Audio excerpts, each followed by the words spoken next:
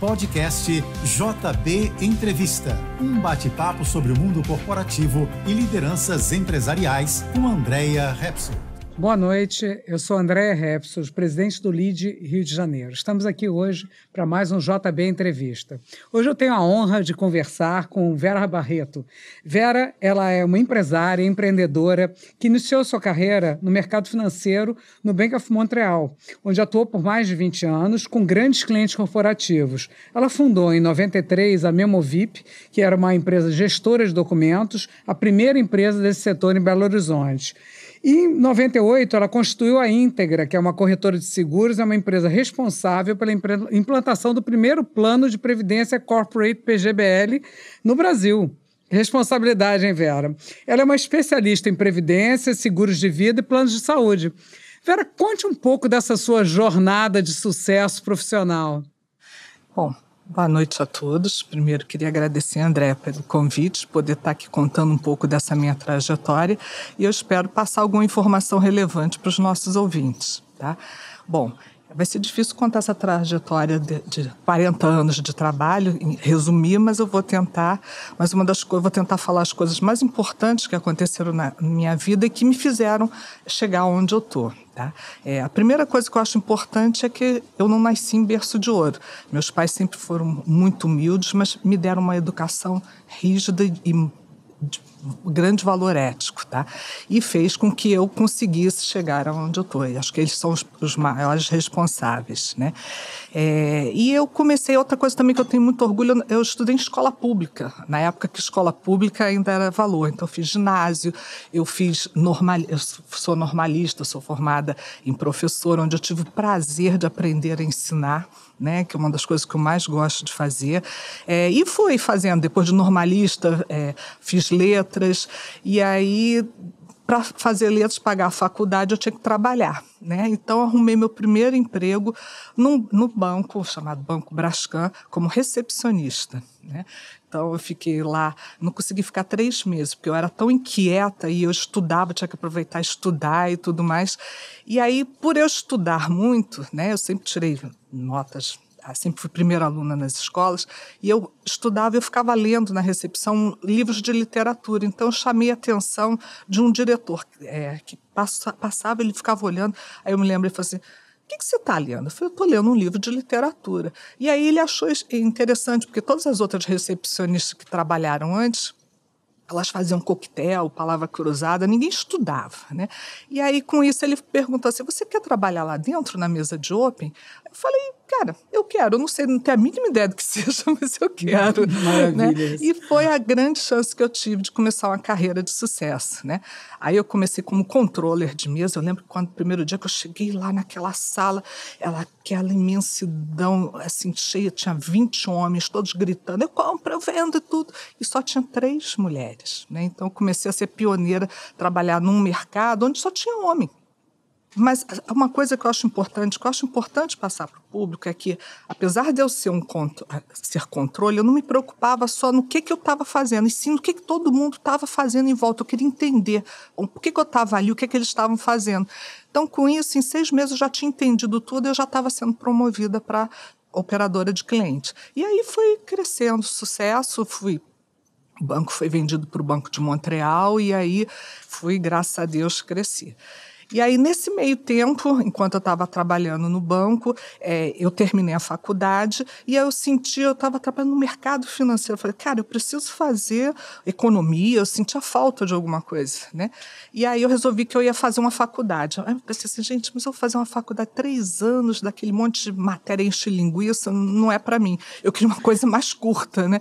Aí eu fiz aí foi que eu também tive uma grande oportunidade na vida. Eu fiz um curso na Fundação Getúlio Vargas, de 1 ano, sobre mercado de capitais. Então, foi um curso maravilhoso, onde também fui pioneira. Eu lembro quando eu cheguei assim na sala, eu vi aquele auditório, eram 65 alunos, 60 homens e 5 mulheres. Terminaram 25 alunos, as mulheres terminaram e os homens só 20 passaram. E foi lá também que eu conheci meu marido. Aí casei, aí em 98 nós casamos. E aí depois ele trabalhava no mercado financeiro também. E aí 2 anos de casado, começou a haver aquelas fusões de banco, né, um comprando o outro. E o primeiro banco que teve fusão, que foi vendido, foi que o meu marido trabalhava. E aí ele perdeu o emprego. E aí, quando ele perdeu o emprego, a gente falou, o gato subiu no telhado, nós não podemos ser só empregada a vida inteira, a gente tem que ser empresário. Né? E aí foi um desafio, tinha que começar ali naquele momento. E aí ele sempre foi muito empreendedor e ele falou, nós vamos fazer um negócio. E ele é mineiro.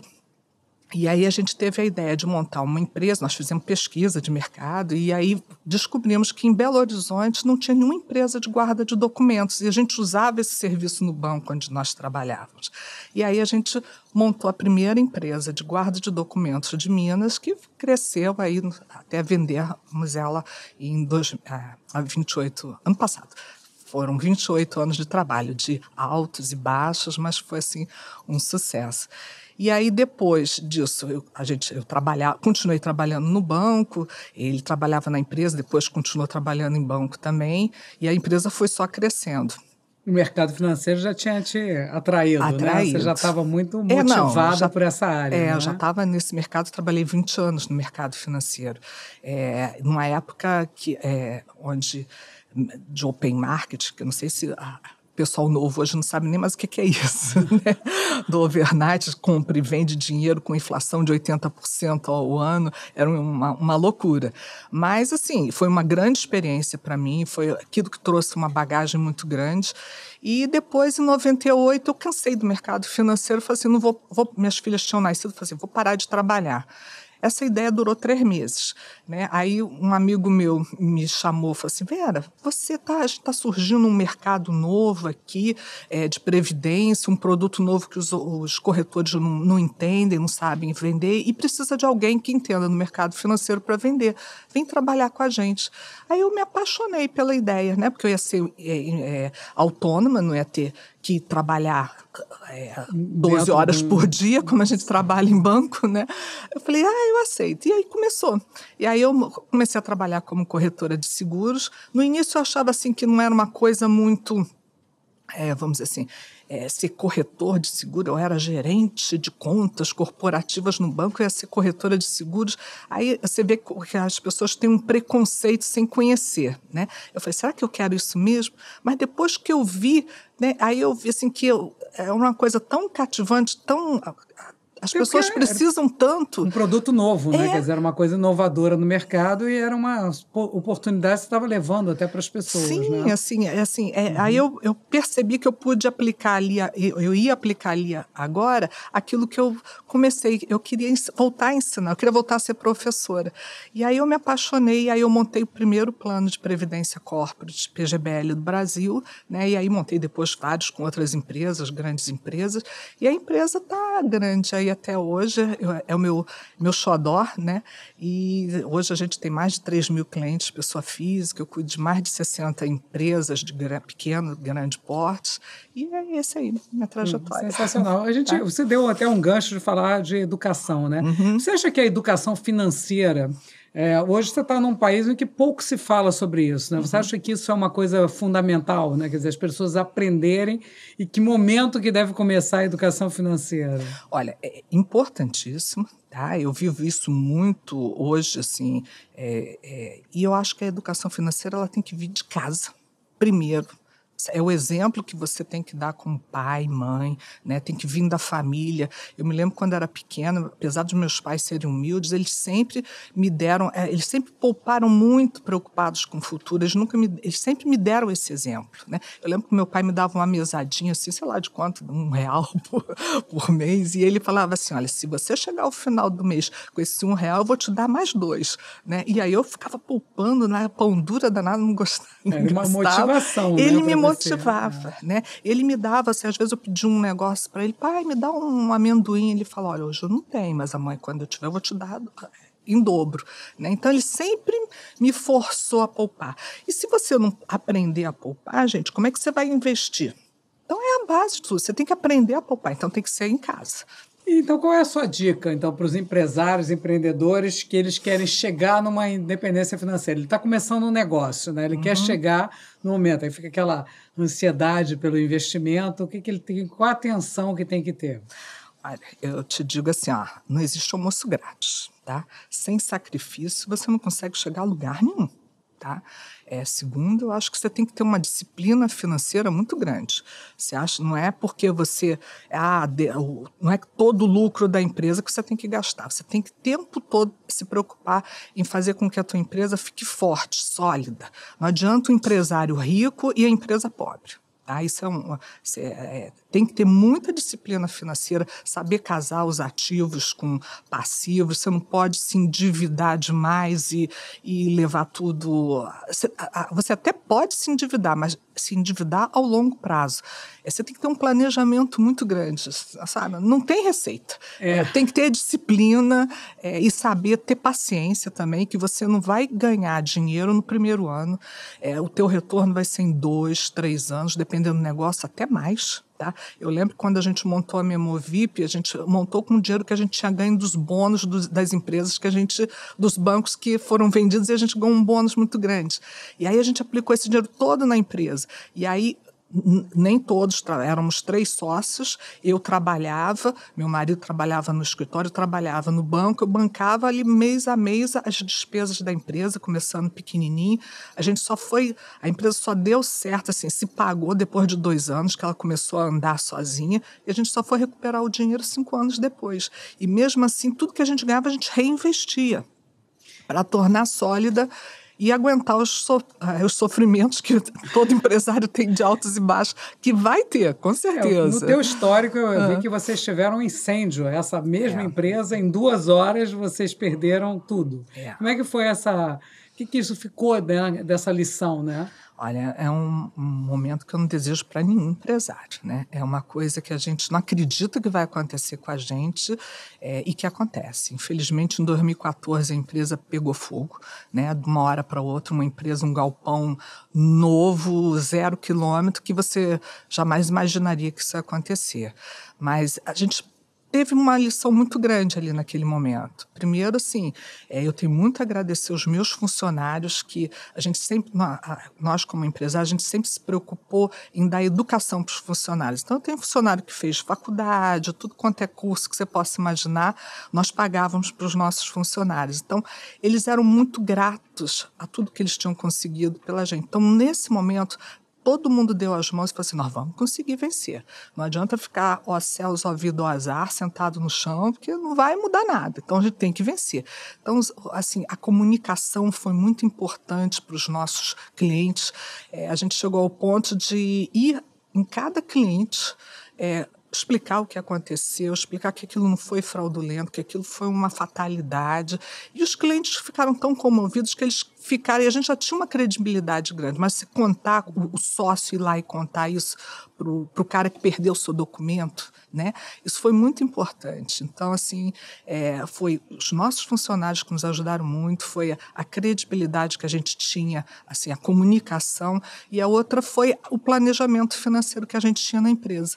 Como a gente tinha uma empresa sólida, capitalizada, com dívidas mais de longo prazo, a gente conseguiu passar por essa fase, superamos, crescemos de novo e vendemos ano passado para uma multinacional, graças a Deus. Sensacional. Quer dizer, trabalho de equipe, né? Organização, previsibilidade para a empresa, né? Quer dizer, você tem a tua parte financeira bem organizada, isso é muito bom. Tem que ser.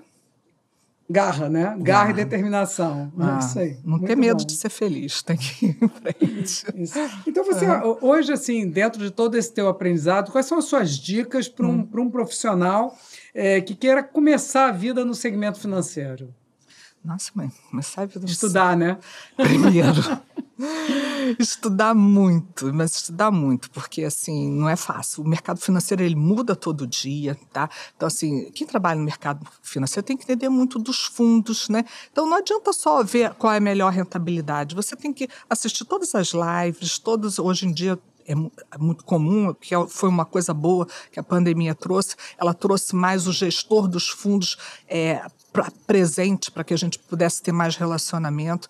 Eu, pessoalmente... Aproximou, né? Aproximou mais a cabeça, porque não adianta você ler um folder de um fundo e dizer, todos são iguais, tá? Todos falam assim, o meu objetivo é ultrapassar a rentabilidade do CDI. Mas e aí, como é que você vai fazer isso? Não adianta só você ler aquilo, você tem que tentar conversar com o gestor, saber o que está passando na cabeça dele naquele momento, tá? Muitas vezes não é o que ele está pensando, não é o que você está achando que deve ser, entendeu? Então, assim, isso é muito importante, você tem que estudar muito, tá? Estudar muito. Está atualizado, né? Também eu acho que hoje tem muitas ferramentas de inovação, de tecnologia, que também fazem parte do dia a dia, né? Que estão aí disponíveis no mercado, né? Com relação à parte da previdência privada, dos planos de saúde, esse mercado parece estar em constante e permanente ebulição, né? Também. Ser corretor de seguro é uma profissão que as pessoas pensam que é fácil, mas não é. A gente tem que estar, assim, você não imagina, assim, o desafio de um corretor ficar lendo todo dia, não só condições gerais, produtos que as seguradoras lançam o tempo todo e que modificam e que você estuda. Poxa, agora esse produto é bom. Daqui a mês que vem ela já mudou a regra do jogo, já tirou um benefício ou criou outro. Então, assim, é um aprendizado, é um estudo o dia inteiro para você poder passar com segurança para o teu cliente o que realmente tem que ser feito. Né? Porque justamente como você se pauta, né, pela reputação que você tem, pela ética, né, pela credibilidade que o cliente tem, é super importante passar uma informação correta. Então, tem que estar 100% atualizado. Né? E nem sempre a gente consegue, viu? Tem que confessar isso. Porque o mercado, às vezes, muda tanto quando você vê. Impressionante. Né? Impressionante. Muda. Exatamente. Hoje em dia tá demais. Você imagina que, às vezes, um mesmo produto é vendido por várias seguradoras de forma diferente, com vários, vamos dizer assim, benefícios diferentes, né? Então, você tem que saber, todos eles, saber diferenciar isso, comparar, para mostrar para o cliente o melhor produto. Não é fácil, não. E a gente hoje tem um momento de recessão e inflação juntas, né? Quer dizer, o que você pode esperar dos mercados hoje? É uma pergunta simples, né? Não, $1 milhão que vale, né? Mas, assim, eu te diria muito fácil, tá? Inflação e recessão, gente, no Brasil a gente já está careca de saber disso. A gente está assim, a gente nada de braçada, né? A gente já nós somos o país que mais teve problemas, vários, como que eu posso dizer, processos de altos e baixos, cruzeiro, cruzado, plano real, né? Inflação, na época que eu comecei a trabalhar, era 80% ao mês, gente, né? Depois veio o plano real, nós conseguimos estabilizar a inflação. Agora, o que me assusta é que a inflação é no mundo inteiro. E Estados Unidos, Europa, isso não é tão comum como a gente. Por isso que eu falo que a gente está nadando de braçada. Como a gente já está acostumado, nós começamos a tratar esse assunto com antecedência. O Banco Central começou a aumentar juros primeiro, né? Acho que os Estados Unidos custou a aumentar os juros, agora está querendo aumentar, já aumentou até 2%, se eu não me engano, acho que deve chegar até 3%, porque acho que é um remédio ainda que vai... O problema é que, com a inflação, o remédio mais rápido é aumento de juros. Né? Então, assim, a gente já aumentou, devemos chegar aí, sei lá, talvez até 14%, não sei, né? Mas, assim, inflação e recessão, a gente já viu acontecer no mundo e nós temos sempre altos e baixos. Quando tem isso, daqui a pouco o mercado se estabiliza. O que mais me assusta hoje é essa guerra da Ucrânia com a Rússia. Né? Que é longa, a gente não sabe quando vai acabar, a gente não sabe o que se passa na cabeça do Putin. Recentemente eu ouvi até uma reportagem sobre o que se passa na cabeça do Putin. É uma caixinha de surpresa. Você vê que ele foi preparando a vida dele inteira para chegar a virar um czar, né? O que isso vai impactar para a gente? Eu acho que é uma das coisas que me assusta mais do que a recessão e inflação, que eu acho que é uma coisa que vem e passa. Faz parte do nosso... Faz parte, do nosso dia a dia, né? Então, se os juros estão altos, você aproveita aqui no Brasil essa maré de juros altos, né? Mas, ao mesmo tempo, a gente tem que olhar que a Bolsa nunca teve tão barata na vida. Será que... E o coração aguenta comprar? Né? O que fazer, Bolsa, né? É muito As decisões difícil. corretas, né, Para cada cliente. Eu não posso dizer isso para todo mundo, porque cada cliente tem... Eu agora na Previdência, né? Eu estou passando por uma fase muito bonita que os meus clientes estão se aposentando, né? Então, eles me ligam, Verinha, o que eu vou fazer? O que eu vou fazer com o meu dinheiro? Né? Então, assim, eu não posso brincar com o dinheiro de uma pessoa que está se aposentando. É diferente imensa, né?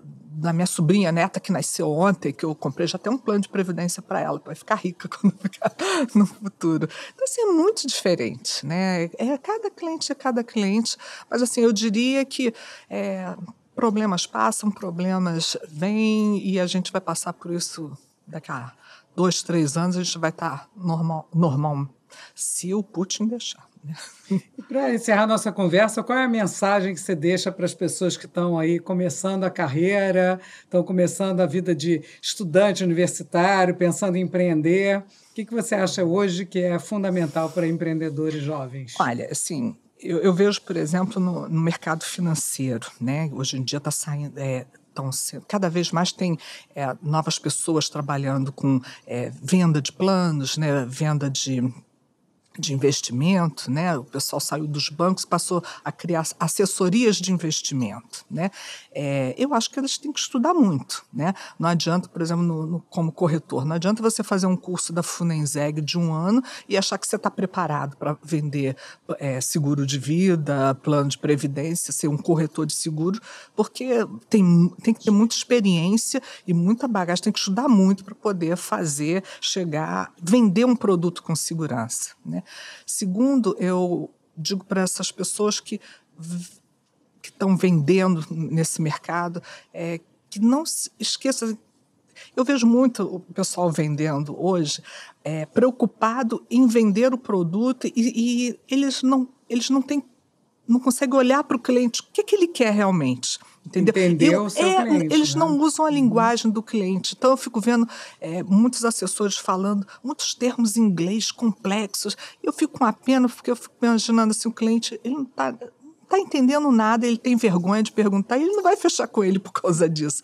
Então, ele acha que ele está falando muito, ele tem que falar a linguagem do cliente. Eu sempre falo assim, você não tem que vender, você tem que ensinar. Isso foi uma das coisas que eu aprendi desde a época que eu trabalhava em banco, que eu conquistava os meus clientes. Eu trabalhava só com cliente multinacional, eu falava do diretor ao boy da empresa, mas eu tinha uma preocupação dele entender o que eu estava vendendo, né? Então, eu lembro que tinha uma época que eu ensinava diretor financeiro conta de matemática financeira. Eu conquistei todos eles por causa disso, vou ser sincera. Então, assim, eu acho que você tem que ensinar e não vender. E a outra coisa também que eu acho importantíssimo é a ética em primeiro lugar. Sabe? Nunca venda aquilo que você não compre. Eu só vendo aquilo que eu digo, olha, eu tenho esse fundo na minha carteira, eu compro esse seguro, eu faço, então eu vendo. Tá? E a outra coisa, assim, nunca corra o risco de vender aquilo, a tentação, que eu tenho visto muito, pessoal que está começando, que precisa de ganhar dinheiro, matar um leão por dia, mas não caiam na tentação de vender algo que vai ser bom para o seu bolso, mas não vai ser bom para o cliente. Tá? Isso, tem uma jornada curta, né? Com certeza. É jornada curta. E eu já vi isso acontecer. Eu me lembro que quando eu trabalhava numa seguradora, tinha um salão de vendas, que eu vi um monte de gente vender, e eles vendiam muito. Eu ficava assim, gente, eu sou muito ruim, esses caras vendem demais. Aí depois eu ia olhar o que eles vendiam, o produto, eu falei, meu Deus do céu, né? Eu não compraria isso nunca, né? Aí, 20 anos depois, eu vejo essas mesmas pessoas matando um leão por dia. Elas ainda não criaram independência financeira. Por quê? Porque elas vendiam, aí depois alguém descobria, aí depois ela perdia o cliente, esse cliente falava mal dela para todo mundo, porque falar mal é rápido, a notícia espalha, né? Mas falar bem, né? E eu, graças a Deus, hoje eu posso dizer até que eu não preciso trabalhar, porque eu criei uma carteira tão grande que eu poderia ficar em casa sem trabalhar, mas só que eu não sei fazer isso. Maravilha. Pro resto da vida.